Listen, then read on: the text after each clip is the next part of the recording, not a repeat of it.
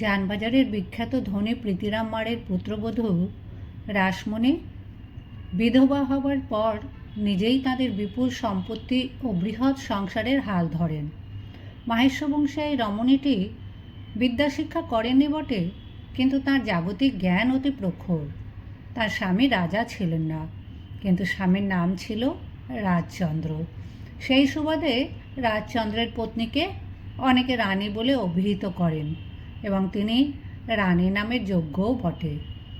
শ্রীমতী রাসমণি যেমন রূপবতী তেমন তেজস্বিনী।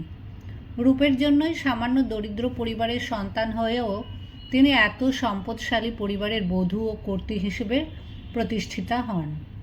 জন্মস্থান হালি শহরের কাছে গঙ্গা তীরে কিশোরী রাসমণি একদিন স্নান করতে এবং জল তুলতে এসেছিলেন। তখন তার বয়স 11। সেই সময় যুবক রাজচন্দ্র গঙ্গাবক্ষে বজরায় বন্ধু বান্ধব সমভিব্যাহারে যাচ্ছিলেন কোনো তীর্থে। রাজচন্দ্রের তখন হৃদয় মগ্ন, জীবনে শান্তি নেই। পরপর 2টি স্ত্রী পরলোক গমন করায় রাজচন্দ্রের আর বিবাহে মতি নেই, কিন্তু নদীকূলে ওই রূপ লাবণ্যবতী কিশোরীটিকে তার চোখে লেগে যায়। রাজচন্দ্রের বন্ধুবান্ধবরাও বলল, সত্যি এমনটি আর হয় না। তারা অনুসন্ধান করে জানল যে জাতের অমিল নেই, কন্যাটি পাল্টি ঘরের। পুত্রের বন্ধুদের মুখে সব কথা জানতে পেরে প্রীতিরাম ওই মেয়েটিকে পুত্রবধূ করে নিয়ে এলেন। বধূ সুলক্ষণা। তিনি আসবার পর এই পরিবারের উত্তরোত্তর শ্রীবৃদ্ধি হতে লাগল। রাজচন্দ্রের মৃত্যুর আগে রানী রাসমণির নামে সর্বসাধারণের মধ্যে বিশেষ পরিচিতি ছিল না। স্বামীর শ্রাদ্ধের সময়ই তার খানিকটায় পরিচয় পাওয়া গেল।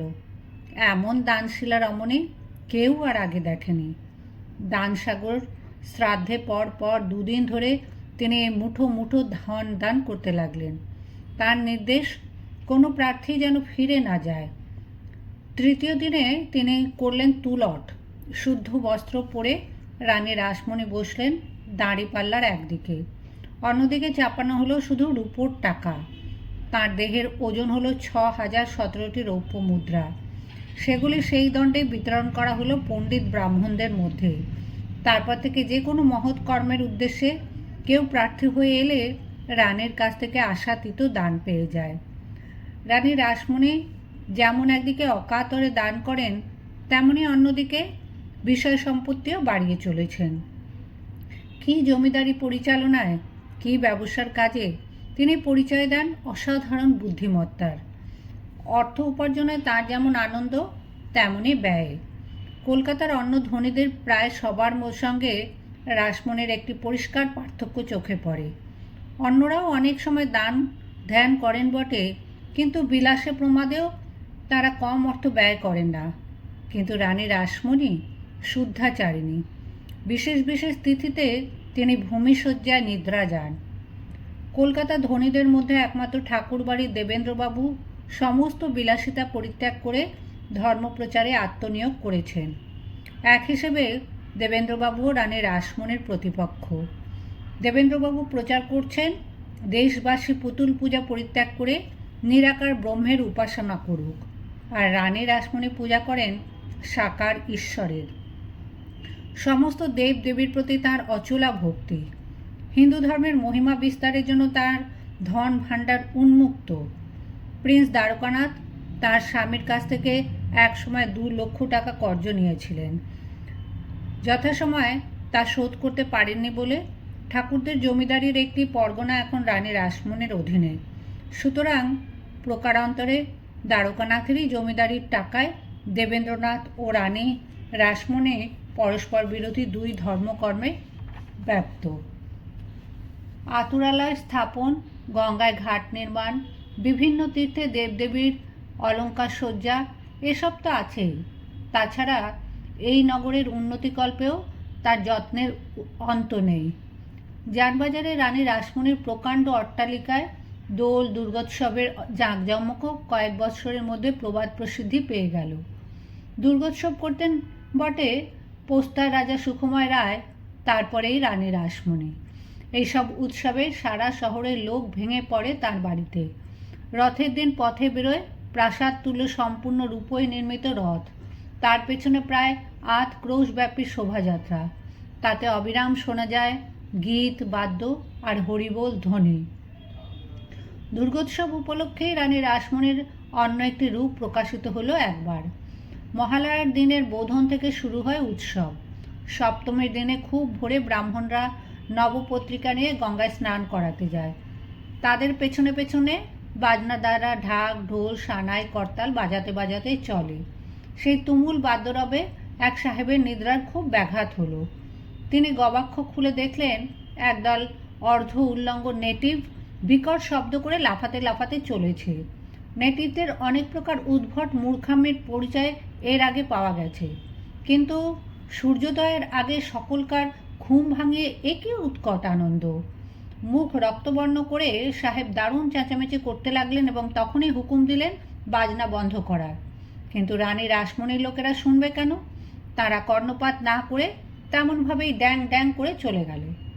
ক্রোধে অগ্নিশর্মা হয়ে সাহেব খবর দিলেন কোতোয়ালিতে।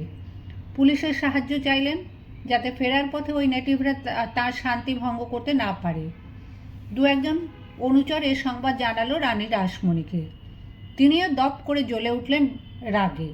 তিনি বললেন, আমরা হিন্দু, আমাদের ধর্মকর্মে বাধা দেওয়ার কী অধিকার আছে সাহেবের? সাহেবরা যে খ্রিস্টীয় পরবে সারা রাত্রব্যাপী হল্লা করে, তখন কি আমরা বাধা দিতে যাই? যা, আরও বেশি করে ঢাক ঢোল বাজাগে যা তোরা। শুধু তাই নয়, আজ সারা দিন ধরে এই পথ দিয়ে বাজাতে বাজাতে যাবি আর আসবি। তিনি কয়েকজন পাইকও পাঠিয়ে দিলেন ওদের সঙ্গে। 2-4জন পুলিশ সেই শোভাযাত্রাকে বাধা দিতে পারল না।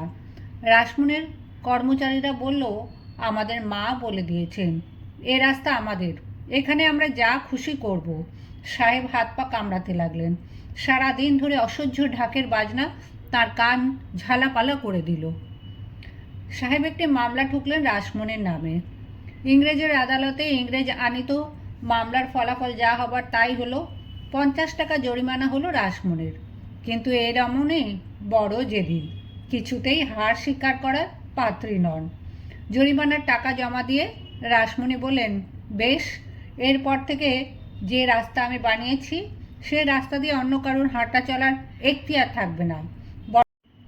বড় বড় গড়ানো কাঠের গুঁড়ি দিয়ে তিনি যানবাজার থেকে বাবুঘাট পর্যন্ত রাস্তার দুদিকে শক্ত বেড়া দিয়ে দিলেন।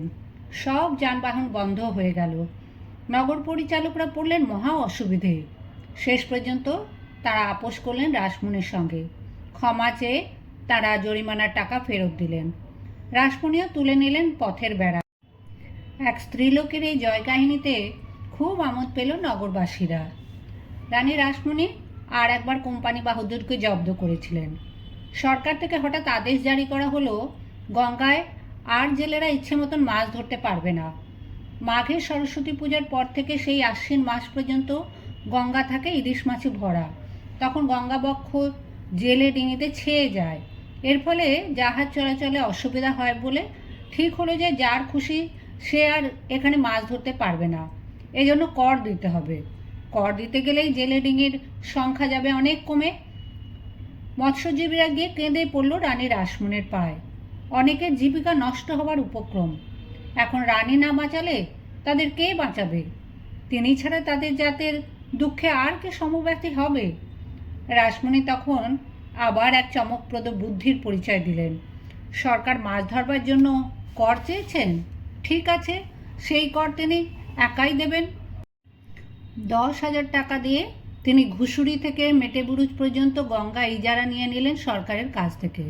তারপর জাহাজ লঙ্গর করার মোটা দড়ি দিয়ে ঘিরে ফেলেন গঙ্গার সেই এলাকা। জেলেদের বলে দিলেন, এবার তোরা মাছ ধর, যত খুশি মাছ ধর। দড়ি দিয়ে ঘেরার ফলে সব জাহাজ আটকে গেল। কলকাতার বন্দরে আর কোনো জাহাজ ভিড়তে পারে না। কলকাতার জীবন অচল হয়ে যাবার উপক্রম। কলকাতার লোক সবাই সেদিন গঙ্গার কূলে গিয়েছিল রানী রাসমণির কীর্তি দেখতে। দুলালচন্দ্রকে নিয়ে নবীন কুমারও গিয়েছিল। সে বড় অদ্ভুত দৃশ্য। মোটা দড়ির ওধারে সার বেঁধে থমকে দাঁড়িয়ে আছে ইংরেজের জাহাজ। তার নাবিকরা সব হতভম্ব, আর এদিকে পতঙ্গের মতন অজস্র জেলে ডিঙি ভাসছে। জেলেরা উল্লাসে হো হো হো হো করছে। এই দৃশ্যে বড় মজা পেয়েছিল নবীন কুমার। সে তখন খুবই বালক।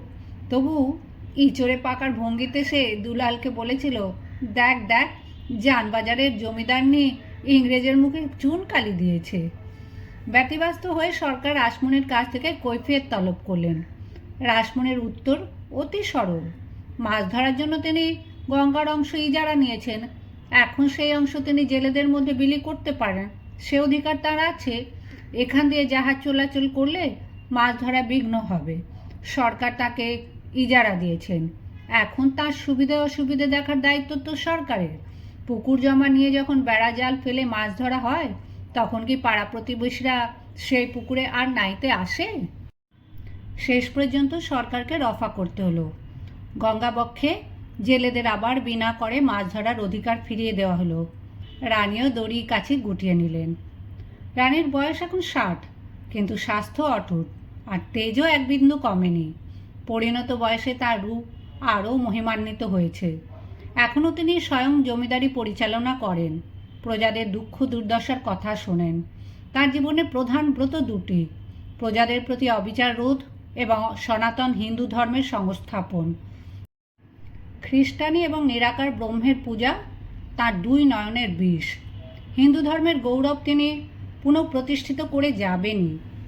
সম্প্রতি তিনি একটি অতি বৃহৎ কাজের দায়িত্ব নিয়েছেন এবং সেই ব্যাপারেই প্রবল আঘাত পেলেন দেশবাসীর কাছ থেকে।